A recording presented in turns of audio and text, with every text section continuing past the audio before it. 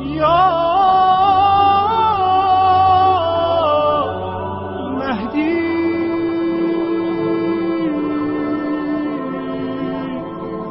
مددی.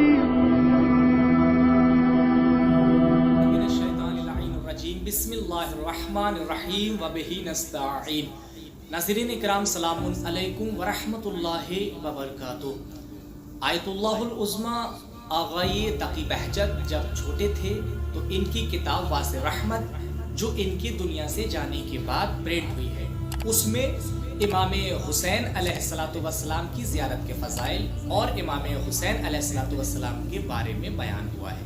اور اسی میں بیان ہوتا ہے کہ جب آغائے تقی بہجت چھوٹے تھے تو جس جگہ رہتے تھے فومن میں کچھ دوری پر کچھ پتھر ہوتے تھے چھوٹے چھوٹے، اور لوگ ان پتھروں کو اپنے ہاتھوں کی ہتھیلیوں پر رکھتے تھے اور وہ پتھر لوگوں کی ہتھیلیوں پر کھنکتے تھے یعنی ہلتے تھے.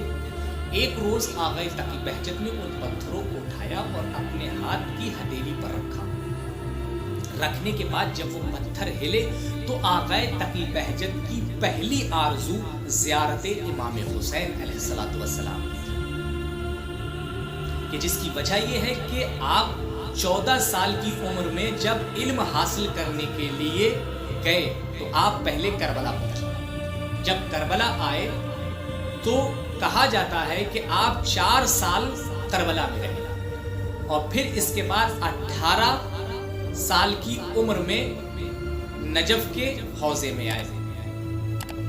لیکن ان 4 سالوں میں آیت اللہ سید محمد حسن حسینی کوچانی اپنی کتاب سیاحت شرق میں بیان کرتے ہیں کہ ان 4 سالوں میں آغائے تقی بہجت کو امام حسین علیہ السلام نے 28 تحفے عطا کیے.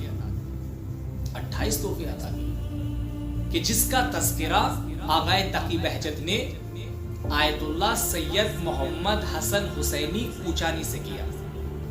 لیکن ان 28 میں سے 2 بیان کیے ہیں کہ جس کو آیت اللہ سید محمد حسن حسینی کوچانی نے اپنی کتاب سیاحت شرق میں بیان کیا ہے، وہ میں آپ کے سامنے پیش کروں. جو امام حسین علیہ السلام نے آغائے تقی بہجت کو 28 تحفے عطا کیے تھے، اس میں سب سے پہلا جو آیت اللہ سید محمد حسن حسینی کوچانی اپنی کتاب میں بیان کر رہے ہیں، پہلا تحفہ ہے کہ آغائے تقی بہجت جس طریقے سے اپنے سامنے کا دیکھتے تھے اسی طرح سے اپنے پیچھے کا بھی دیکھتے تھے. یعنی میں اپنی آنکھ سے اپنے سامنے کا دیکھ سکتا ہوں مگر دیوار کے پیچھے کیا ہے میں نہیں بتا سکتا، لیکن آغائے تقی بہجت بتا دیتے. پہلا تحفہ. اور دوسرا تحفہ جو امام حسین علیہ السلام نے آغائے تقی بہجت کو دیا وہ یہ ہے کہ آغائے تقی بہجت دنیا میں کسی بھی آواز کو سن سکتے تھے. آغائے تقی بہجت کوئی بھی آواز ہو اس کو سن سکتے تھے. وہ مقام دیا ہے امام حسین علیہ السلام نے آغائے تقی بہجت کو کہ جس کی وجہ سے آغائے تقی بہجت نے جو حرم کے اندر داخل ہونے کی شرط بتائی ہے وہ کمال کی. وہ شرط یہ ہے کہ آغائے تقی بہجت فرماتے ہیں کہ جب تم امام کے حرم میں داخل ہو اور تمہاری آنکھوں سے اگر آنسو نکل پڑے تو تم سمجھ لینا کہ تمہیں امام نے اجازت دے دی. روحانیت کی طاقت آغائے تقی بہجت کے وجود کے اندر کمال کی تھی.